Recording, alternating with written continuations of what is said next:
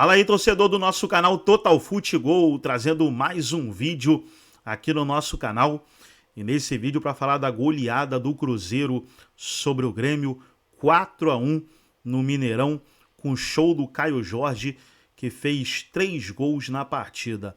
O Grêmio abriu o placar aos 24 do primeiro tempo com Caio Jorge. Aos 33, o Villalba fez 2-0. Aos 8 do segundo tempo, novamente Caio Jorge, 3-0.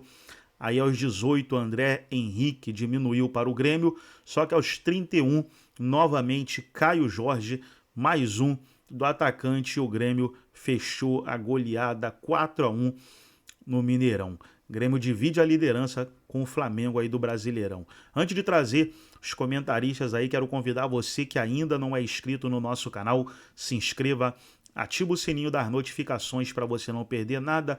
Tudo do Cruzeiro, tudo dos grandes clubes do futebol de Minas Gerais você encontra aqui no nosso canal. Vamos aí para o debate e logo depois eu trago notícias atualizadas do Cruzeiro. Meus amigos do esporte, o time do Léo Jardim está jogando Tadafilado, porque com esse tesão que está no jogo aí, só pode estar enchendo o rabo de Tadala. Impressionante.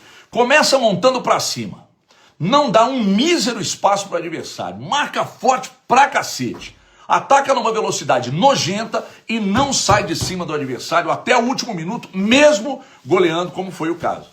Me impressiona o quanto o Cruzeiro não só leva a sério o jogo, mas também as orientações do Léo Jardim, minha gente. O Cruzeiro, do primeiro ao último minuto, não abandona o sistema. Pode reparar em todos os jogos. Não abandona o sistema. Pegou um Grêmio que vinha de 3 jogos sem derrota, deu uma respirada no Brasileirão e não tomou conhecimento. Meteu uma trozoba amazônica no tricolor, que aliás veio motivado não só pela sequência sem derrotas, mas também pela notícia da última quinta-feira à noite, da compra do Marcelo do Marquespan lá, na compra do estádio, da Arena do Grêmio.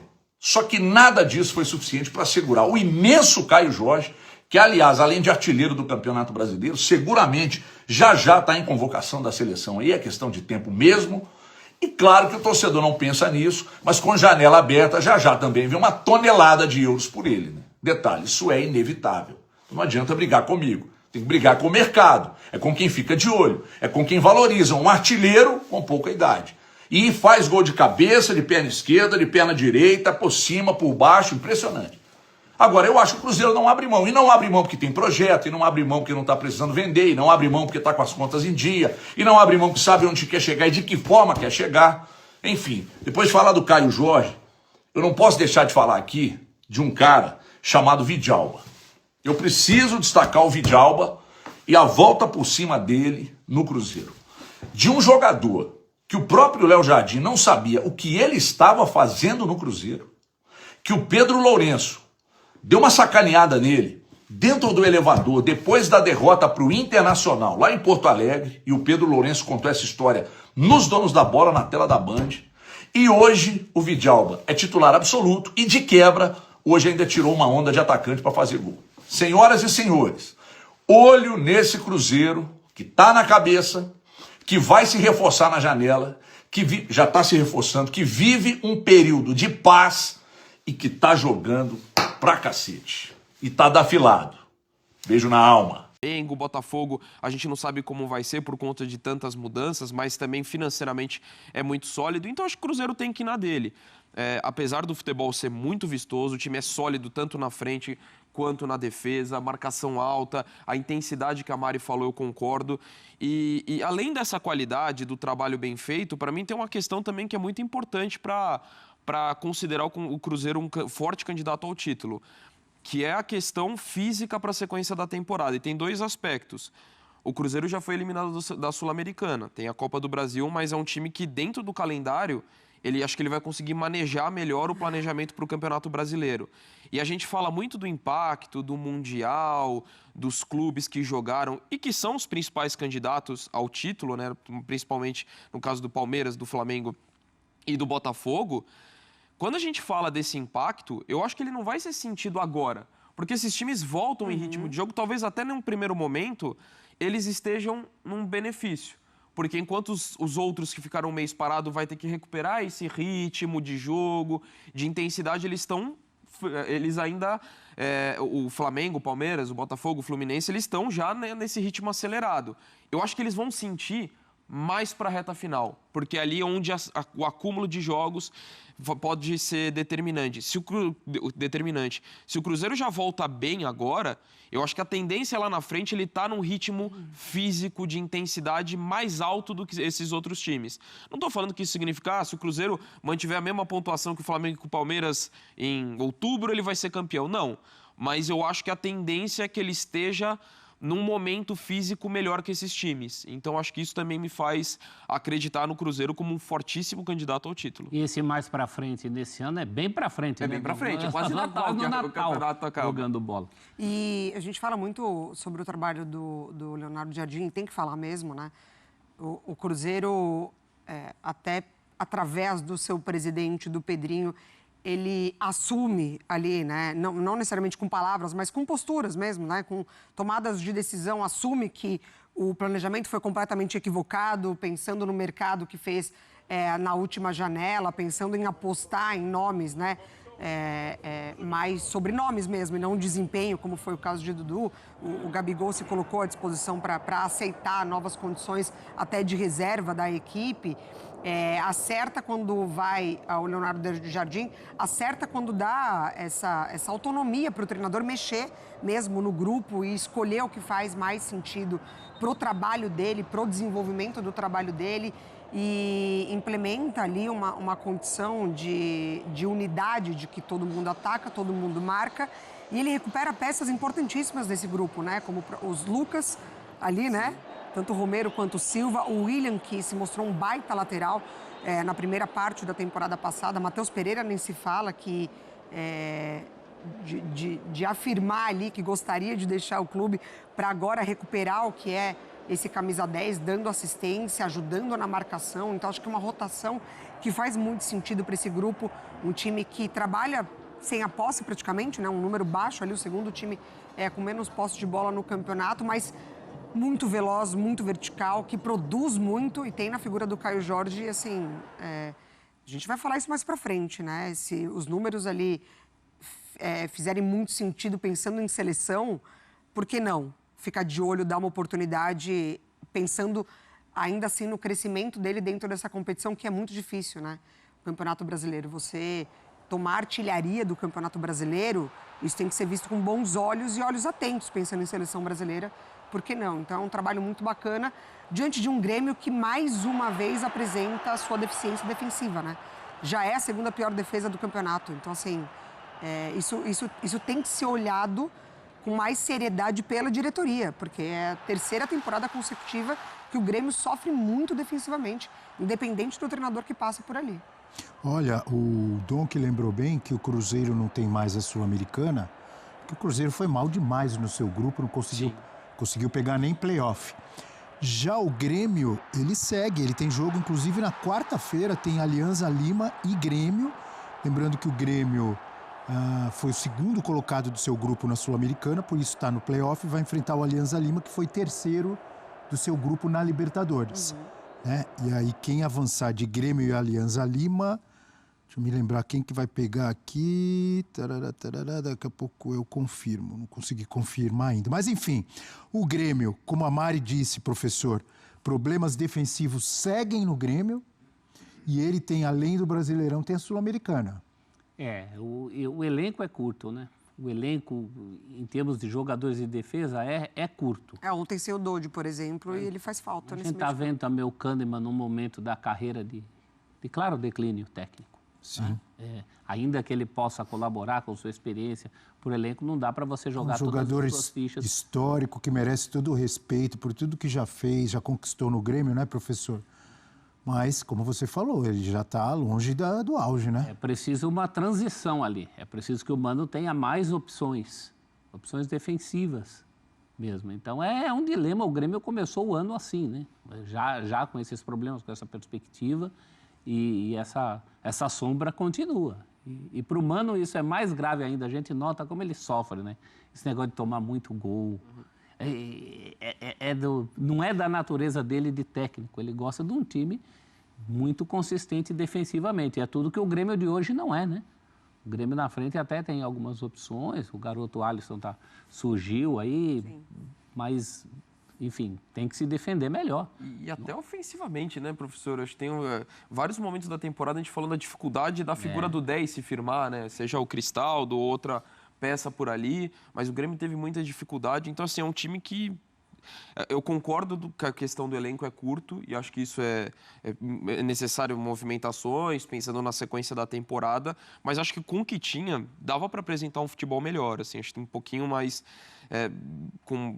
produzir mais ofensivamente, não ser tão exposto, até pelo fato de... A Mari lembrou os números, né? Só o Juventude sofreu mais gols, 19 gols em 13 rodadas é muita coisa que o Grêmio sofreu até aqui. Então, acho que tem essa lacuna. Ontem levou esses 4, teve uma outra goleada. Só nesses 2 jogos teve uma goleada pro Mirassol. 4x1 também. 4x1. Um show do só Reinaldo nesses 2 jogos contra Cruzeiro e Mirassol, o Grêmio já sofre 8 gols. 2 jogos fora, mas também tem rendido muito pouco em casa.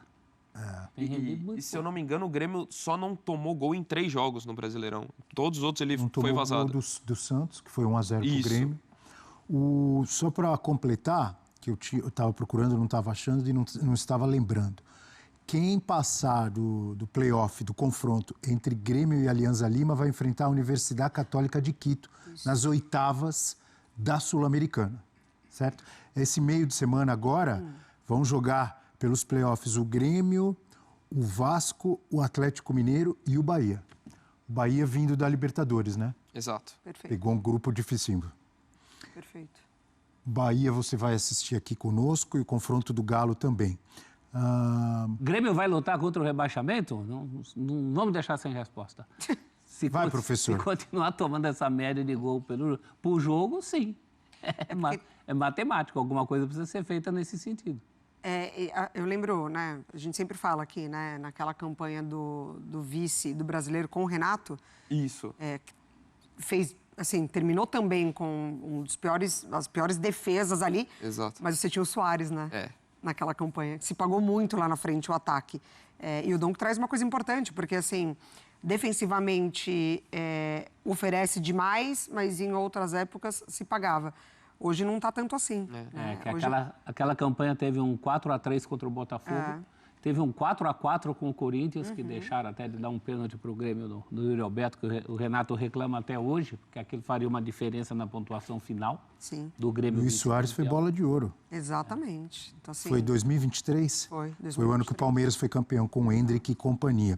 Só para completar, já que eu citei, e é importante citar, os jogos dessa semana, os playoffs aí valendo vaga para as oitavas de final da Copa Sul-Americana. O Bahia joga amanhã com transmissão aqui dos canais ESPN, Bahia e América de Cali. É o jogo de ida e depois a volta na semana que vem lá em Cali.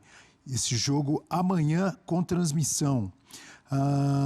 O Vasco também joga amanhã, o jogo de ida lá no Equador contra o Independiente Del Valle, tá? Independiente Del Valle Vasco.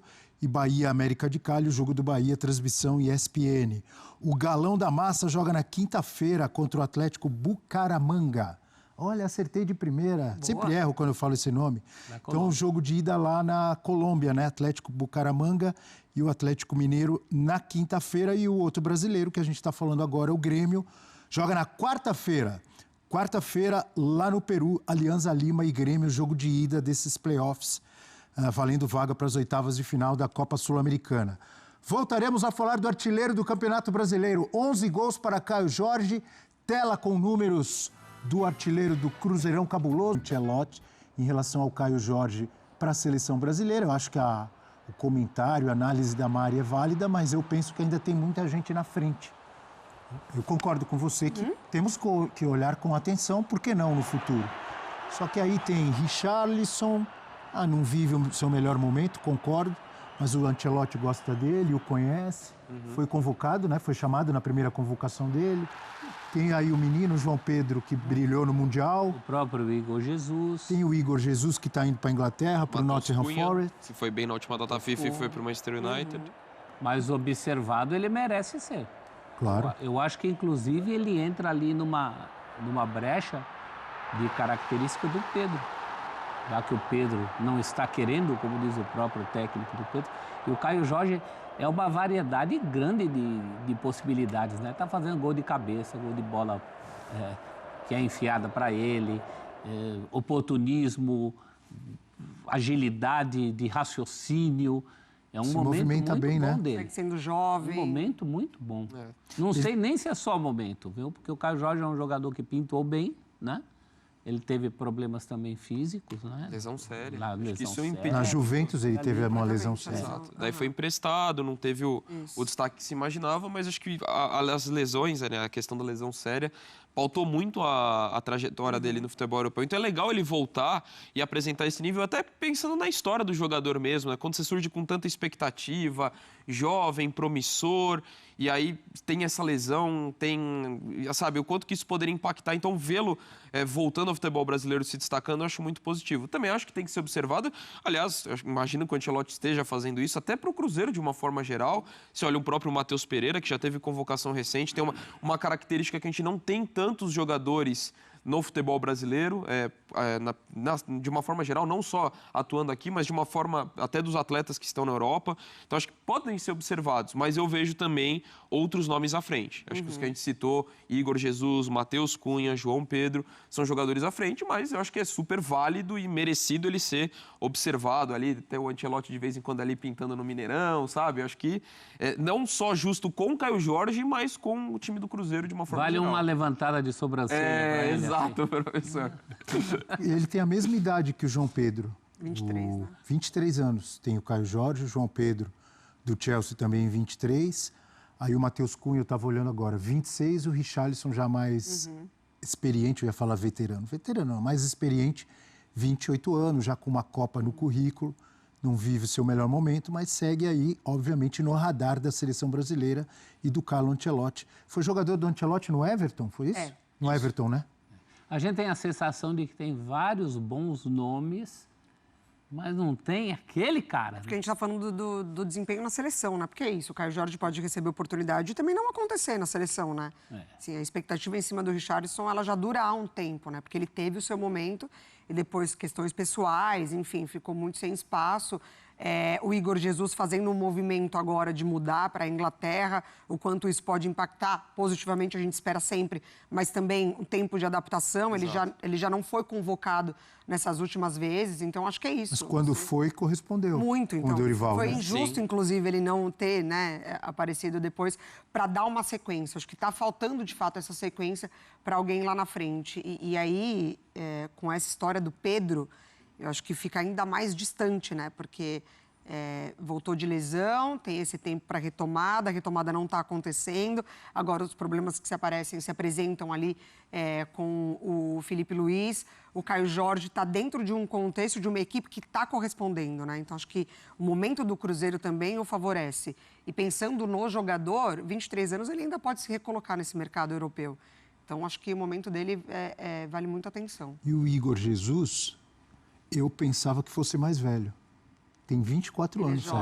É jovem. Eu achei que já tivesse 27, 28. E no caso dele, seria até uma questão de justiça, porque ele foi meio vítima dessa bagunça aí, entra técnico, sai técnico, o próprio Dorival convocava o jogador por batelada, ninguém se firmava. O próprio Botafogo caiu, né? O próprio Botafogo também caiu, mas na seleção o Igor entregou. Dependendo do desempenho dele, do que ele mostrar lá no Nottingham Forest, obviamente que ele vai ter outras oportunidades, penso eu.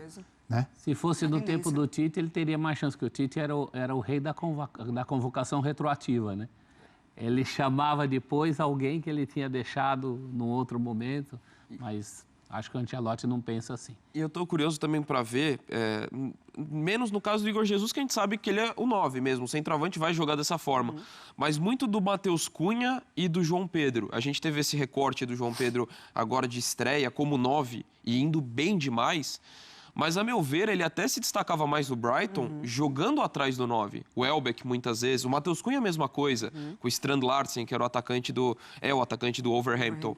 Então, assim, eles se destacaram muito, não necessariamente na posição de 9.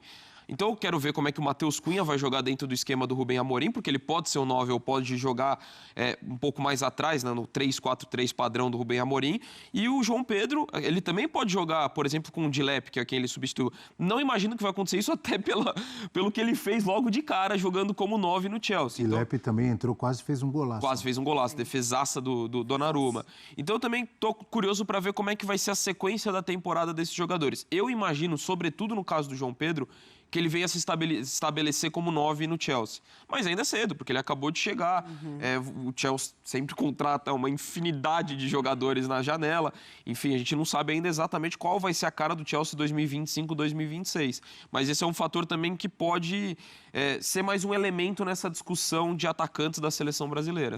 Já vou chamar já as mensagens na hashtag F360BR. Antes, só para completar, o curioso é que falamos o nome de vários prováveis camisas 9 para a seleção brasileira, quase todos mudando em mudança de clube, né?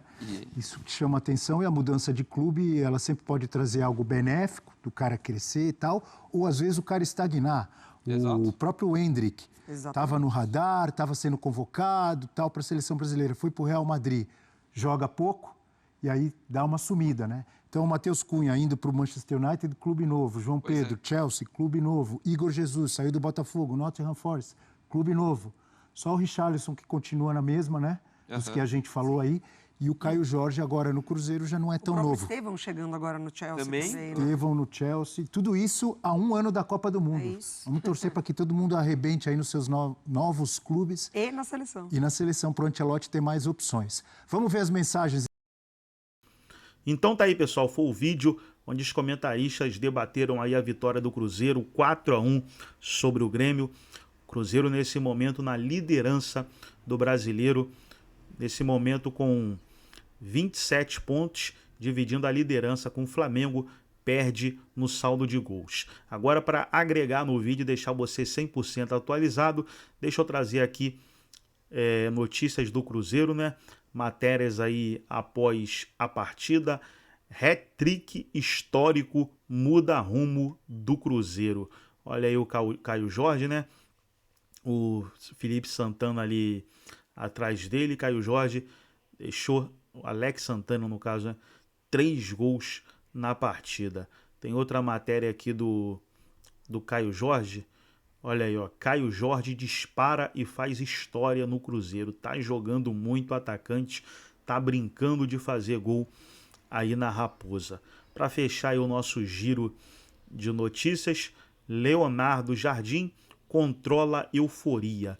Cruzeiro não foi feito para ser campeão. O que ele quis dizer aí é que o time montado esse ano não foi feito para ser campeão, né? Não é o favoritaço, como falam aí do Flamengo, né? O Flamengo é favoritaço, vai ganhar tudo, já é o campeão brasileiro. Mas o Cruzeiro, como é mineiro, né?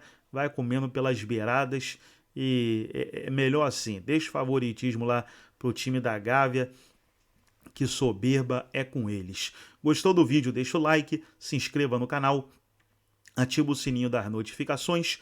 Forte abraço a todos e até o nosso próximo vídeo aqui no nosso canal Total Futebol.